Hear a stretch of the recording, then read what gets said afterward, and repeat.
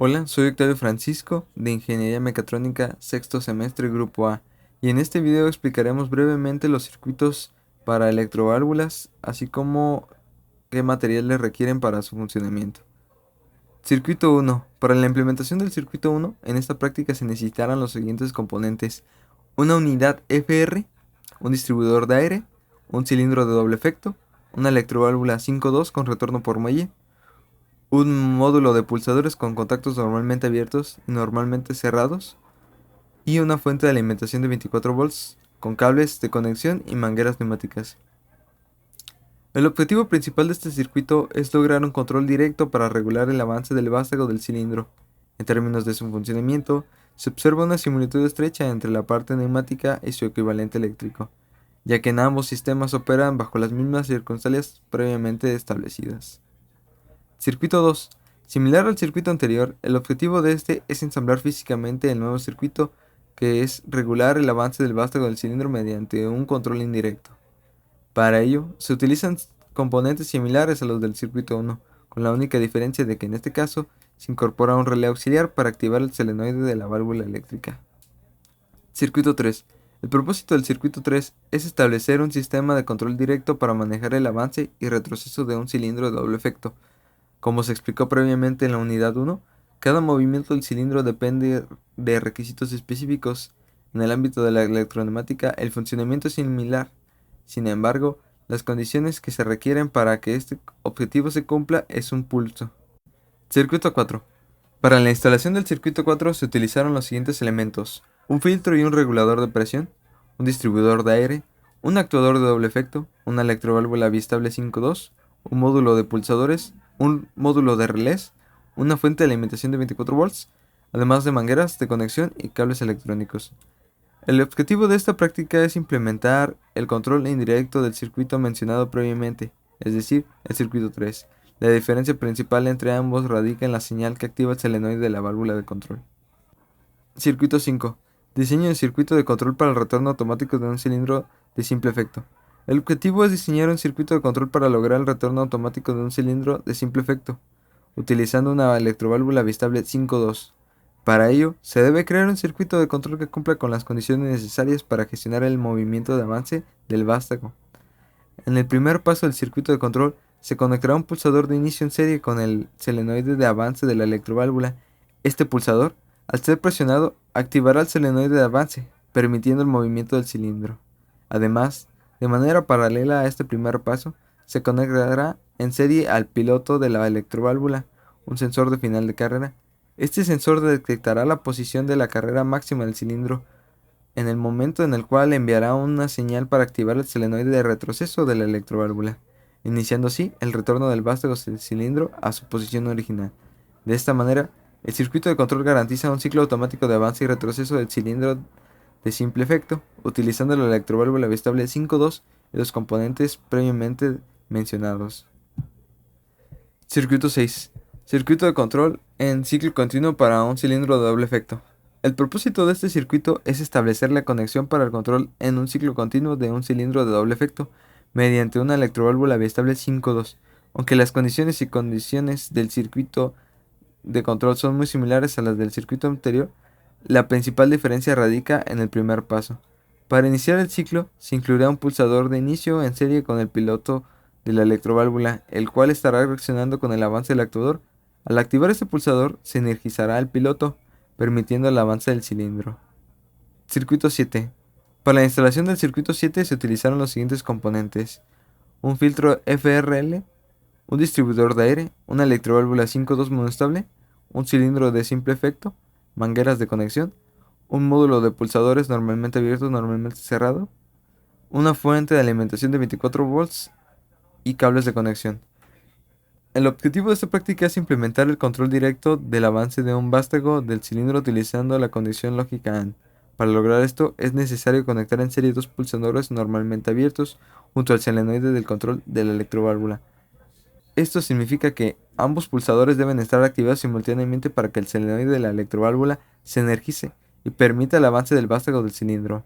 Este diseño asegura así que el cilindro de simple efecto solo se active cuando se cumplan las dos condiciones en ambos pulsadores. Circuito 8. Al igual que en el circuito anterior, el objetivo de realizar el montaje físico de este circuito es controlar el avance de un cilindro de simple efecto mediante un control directo. Sin embargo, en este caso se necesita cumplir una condición lógica OR.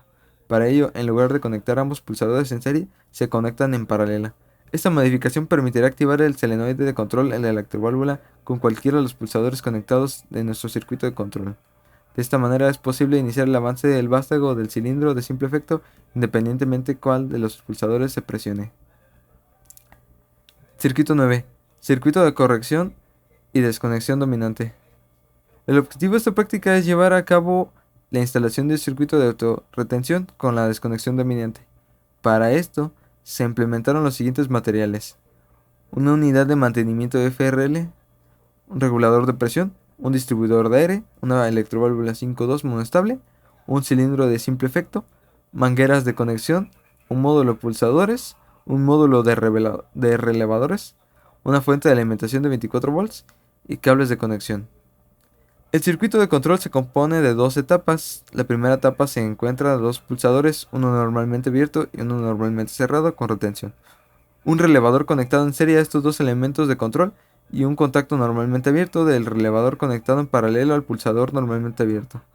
En la segunda etapa se encuentra un contacto normalmente abierto del relevador conectado en serie al solenoide de la electroválvula.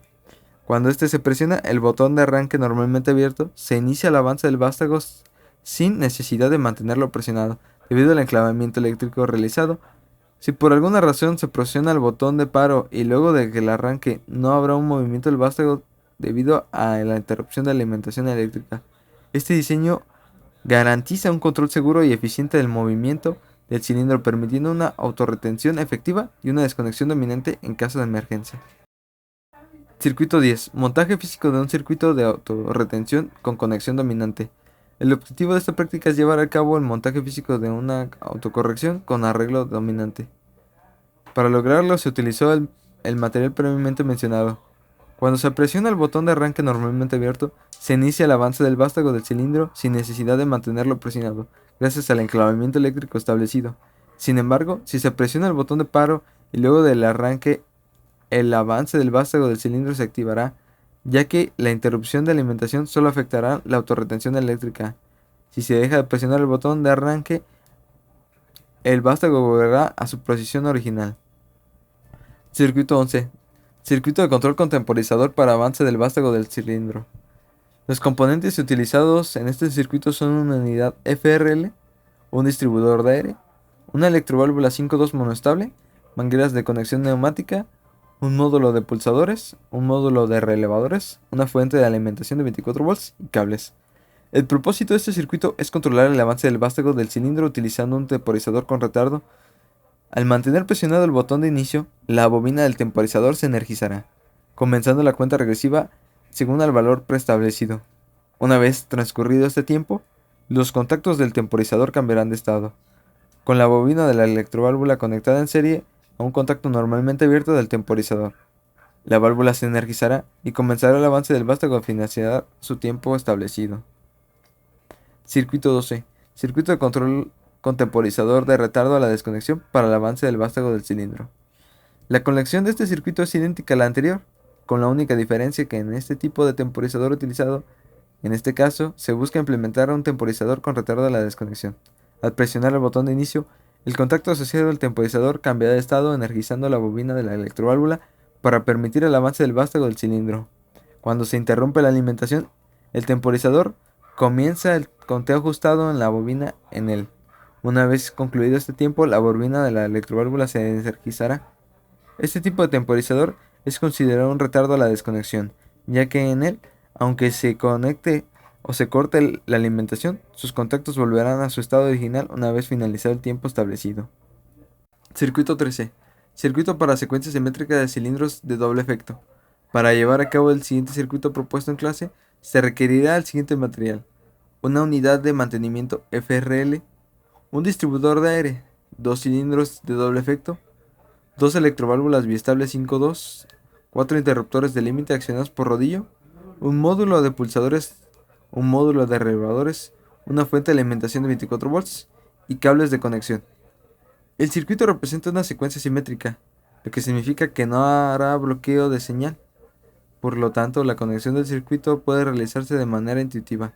En otras palabras, el control correspondiente al avance y retroceso de la válvula de condición de cada circuito será manipulada por la condición de cada fase anterior al presente movimiento. En nuestro caso, la secuencia que se busca realizar es A más, B más, A menos, B menos.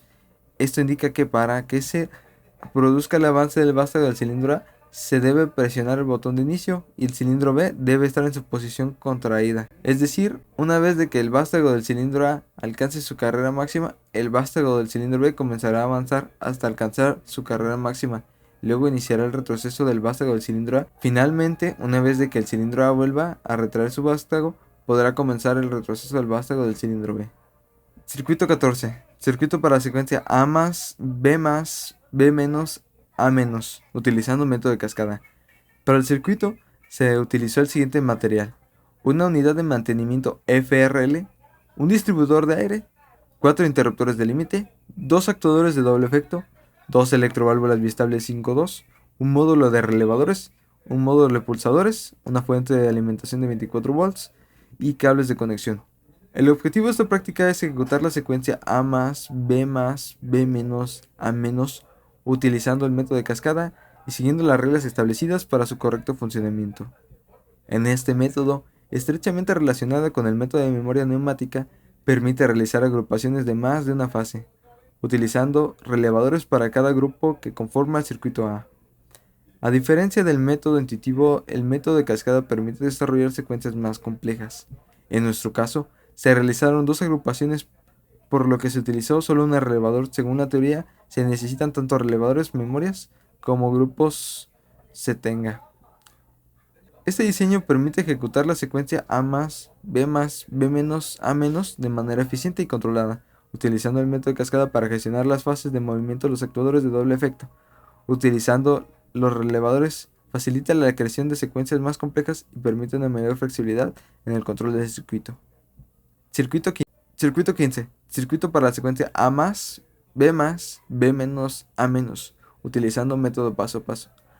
Para montar el último circuito se utilizaron los siguientes materiales: una unidad de mantenimiento FRL, un distribuidor de aire, 4 interruptores de límite, 2 actuadores de doble efecto, 2 electroválvulas biestables 5.2, un módulo de relevadores, un módulo de pulsadores, una fuente de alimentación de 24 volts, cables de conexión.